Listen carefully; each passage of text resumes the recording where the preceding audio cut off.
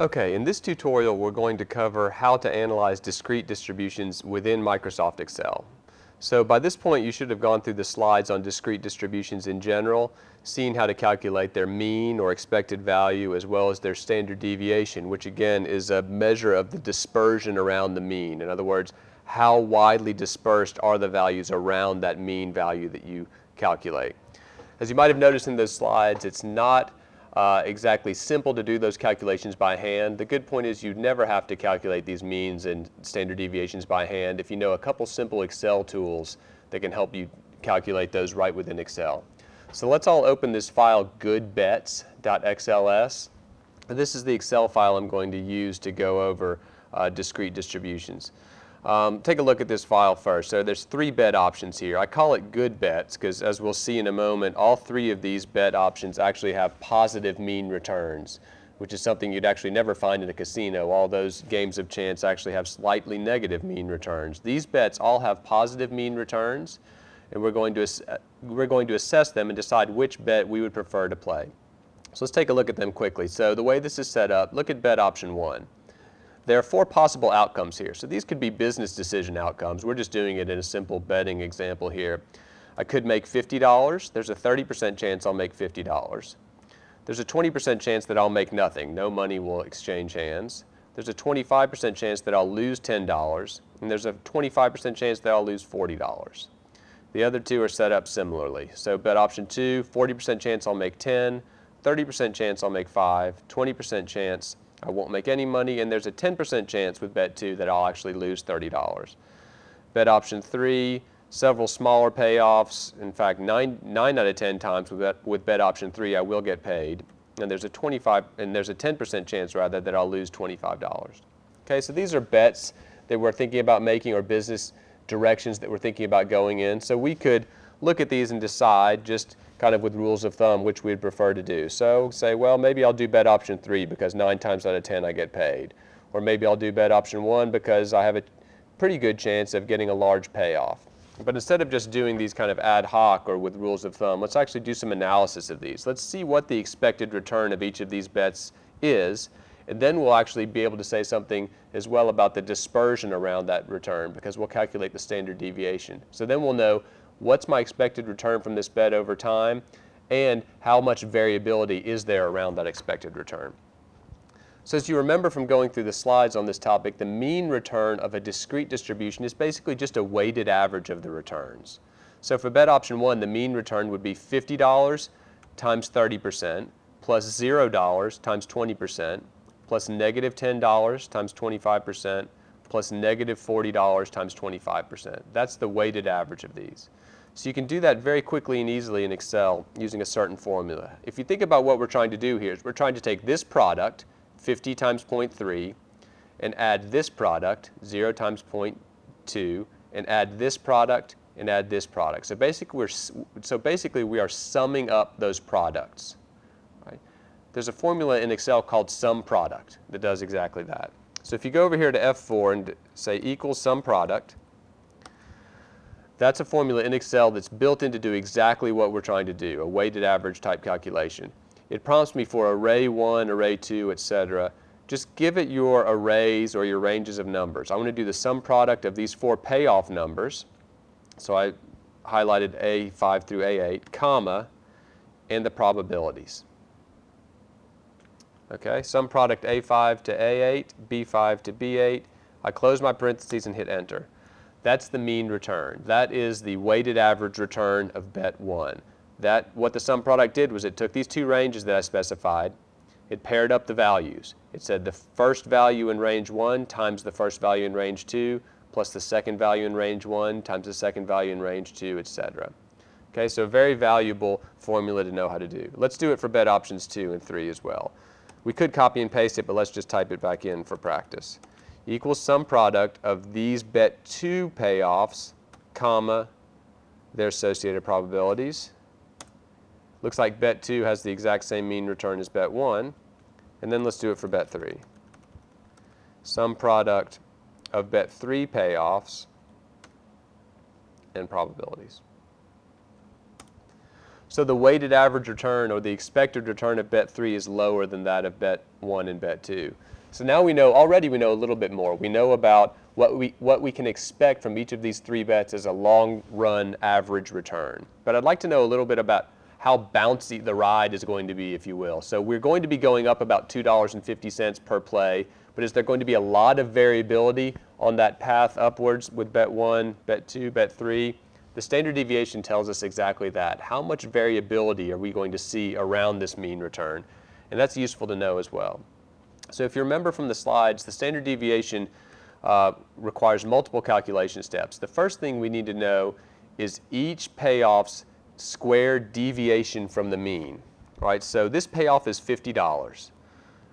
The mean return of this bet is $2.50. So we need to get the difference between 50 and 250 and square that. So equals, right here in C5, equals this $50 minus the mean, which is over here in F4. Now I'm going to want to copy this formula. I want to copy it down to C6, C7, C8. And when I copy it, I don't want that F4 to change. So I actually hit the F4 key on my computer to put dollar signs around that F4. So this is making it an absolute cell reference rather than a relative cell reference. If you're not familiar with those, please let me or your tutor know and we can go over them. Very important as we start using Excel more in this class. So A5 minus F4, and I'm going to do squared, the caret key 2, and that will square that deviation. So the squared deviation between $50 and $2.50 is 22.5625, right? So now I can copy this down. I can highlight it, hit Control C. I want to copy it to these 3 cells, so I highlight all 3 and hit Control V. Okay? So now here are all my squared deviations from the mean. Now remember, the next step in assessing these discrete distributions is to figure out the variance. The variance is the weighted average of these squared deviations. So again, I want to do a sum product. Right? I'm going to do the weighted average of, before I was doing the weighted average of my payoffs. Now I want to do the weighted average of these squared deviations. So it's the weighted average of my 4 squared deviations, right, comma, these probabilities. Right? So by the sum product of C5 to C8 and B5 to B8, I'm basically taking the weighted average of those variances. So the weighted average of my variances, and you can see some of them, the squared deviation for my 0 payoff was very small because that's near the mean return. Others were much larger. But the weighted average is 1168.75. And you remember, once we have the variance of a distribution, the standard deviation is simply the square root of the variance. So for standard deviation, I can do equals SQRT, which is a square root function in Excel, of the variance. Enter. And that's the standard deviation of returns for bet number 1. So now I have 2 pieces of information for bet number 1. The mean return, or long run expected return, and the standard deviation of those returns, or the variability around that mean. Let's do it for bet option 2. So again, here I just want to do the squared deviation of this payoff and bet option 2's mean, which is $2.50. So I do equals, open parentheses, this $10 minus F13, and then I will hit the F4 key to lock that cell so that that cell reference does not change when I copy it. Close my parentheses, square it. I can copy that down. Now I have the squared deviations from the mean for bet option 2. Remember, my variance is just the sum product of those with their probabilities. So the sum product of the squared deviations, comma, their probabilities. Now I have my variance. We can already see it's much lower than bet option 1. There's much less variability around that mean of 250 when you're looking at bet option 2. And when I take the square root of that variance, I get a standard deviation of 11. Right? So now I have the same mean return as bet option 1, but a much lower standard deviation, so less variability around that mean. Now for practice, let's just do bet option 3 as well.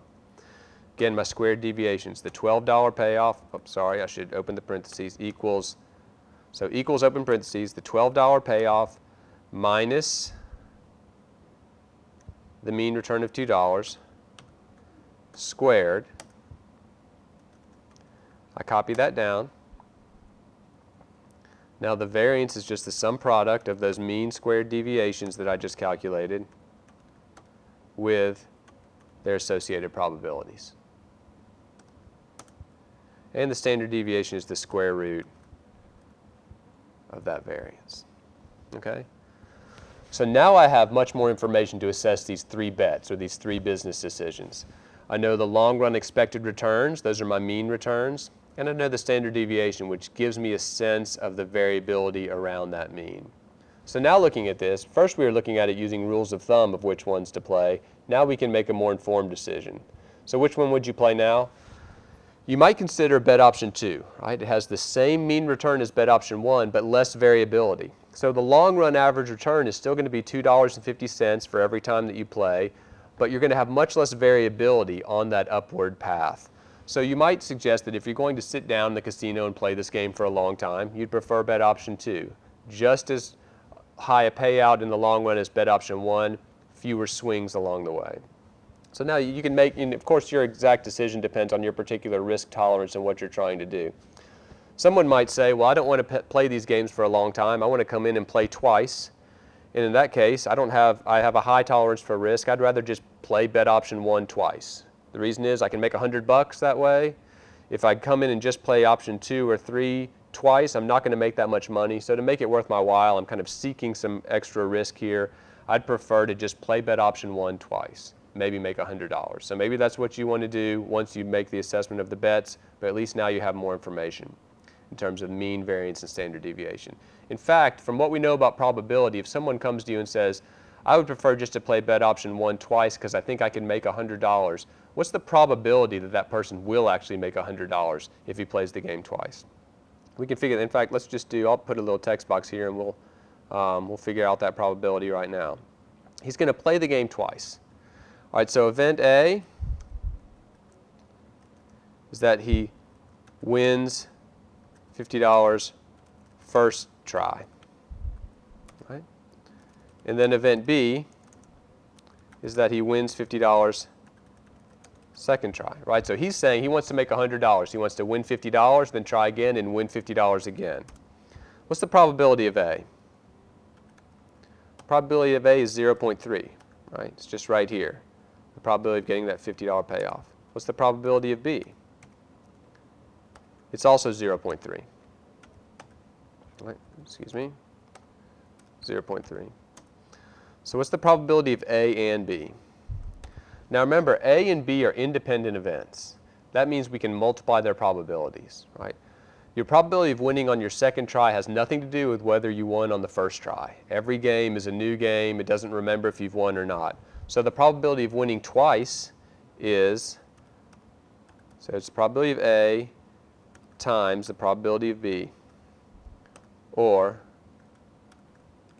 0.3, or 0.09. Okay, so if someone comes and says, I'd like to play bet option 1 because I'd like to try to win $100, the probability of him winning $100 is about 9%, a little under 10%. Okay, so that's how you can use Excel to analyze your discrete distributions. Again, I wanted you to go through those slides where you watch me step by step by hand, but in reality, if you have a situation where you have multiple outcomes, each has its own probability associated with it, you don't need to work them out by hand. You can go into Excel using the sum product function, and using this good bet spreadsheet as a template, you can analyze a number of business problems that involve discrete distributions.